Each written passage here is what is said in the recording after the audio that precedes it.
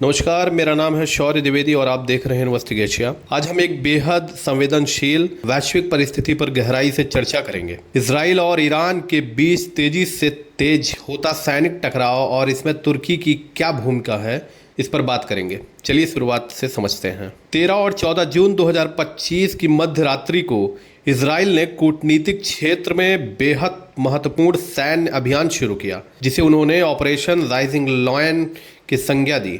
इसमें उन्होंने ईरान के परमाणु एवं सैन्य प्रतिष्ठानों को निशाना बनाया, जिनमें प्रमुख सेनानियों और वैज्ञानिकों की मृत्यु हुई। अधिकारियों की जानकारी के अनुसार इस हमले में ईरानी जनरल मोहम्मद बघेरी, हुसैन सलामी व अमीर अली हाजीजादेह समेत लगभग 9 वरिष्ठ वैज्ञानिक मारे गए।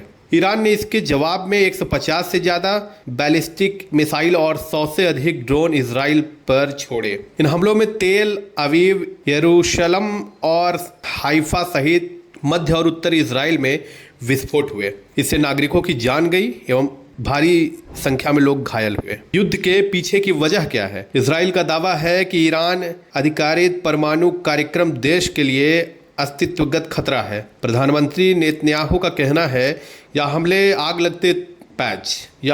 आग लगते रहने तक जारी रहेंगे। अंतर्राष्ट्रीय स्तर पर आशंका जताई जा रही है कि यह सैन्य अभियान अमूमन मध्य पूर्व में व्यापक संघर्ष को जन्म दे सकता है और कूटनीतिक अवसर जैसे ओमान में योजनाबद्ध न्यूक्लियर बातचीत स्थगित हो चुकी है। इस पे वैश्विक प्रभाव क्या पड़ेगा, क्षेत्रीय और वैश्विक, आइए देखते हैं।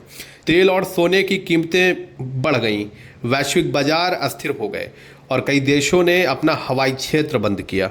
संयुक्त राष्ट्र, फ्रांस, रूस सहित अंतर्राष्ट्रीय नेताओं ने तीव्र समाधान और संयम की अपील की है। इसमें ईरान की तीव्र प्रतिक्रिया क्या है? ईरानी नेता अयातुल्लाह नकी खामीनी का कहना है कि यह हमला उन्हें हार मानने पर मजबूर नहीं करेगा और इजराइल को कड़वा और दर्दनाक अंत मिलेगा। मंत्रिपरिषद के अनुसार ईरान ने मौजूदा न्यूक्लियर वार्ता रद्द करने का फैसला किया। ईरान ने नई हाज कासेम मिसाइलों का उपयोग किया, जो पूर्वी ईरानी कमांडर कासेम सोलीमानी के नाम पर रखी गई। यह लड़ाकू क्षमता में एक बड़ी छलांग है। इसमें तुर्की की भूमिका क्या है, उसकी प्रतिक्रिया क्या है, ये भी जानते हैं। राष्ट्रपति रजब तैयप अर्दोआन ने इस हमले की कड़ी निंदा की। उन्होंने इसे बेपरवाह, आक्रामक, कानूनी उल्लंघन और डाकू जैसी हरकत बताया और इस्तांबुल से अंतर्राष्ट्रीय समुदाय को इजराइल रोकने की अपील की। उन्होंने आगाह किया कि इस टकराव से पूरे मध्य पूर्व में बेकाबू शरणार्थी संकट खड़ा हो सकता है, क्योंकि तुर्की पहले ही लाखों शरणार्थियों को समायोजित कर रहा है। अर्दवान ने ईरानी राष्ट्रपति मसूद पेजिशकियन, सऊदी, मिस्र, अमेरिका आदि नेताओं से फोन पर कहा कि क्षेत्रीय युद्ध रोकने की जिम्मेदारी साझा है। उन्होंने अंकारा में उच्चस्तरीय सुरक्षा बैठक बुलाई, जिसमें विदेश मंत्री, रक्षा मंत्री, खुफिया प्रमुख उपस्थित रहे।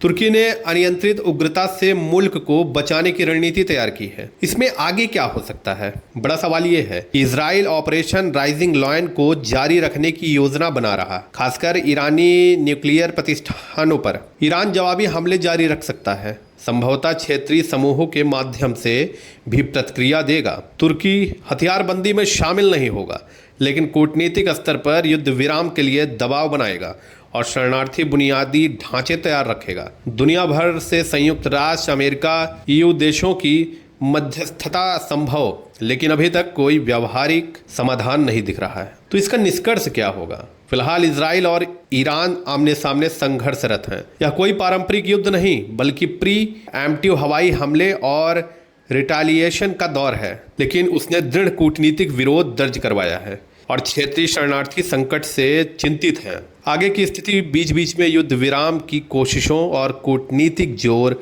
आजमाइश पर आधारित रहेगी। देश दुनिया की बाकी खबरों के लिए देखते रहिए इन्वेस्टिगेशिया। धन्यवाद।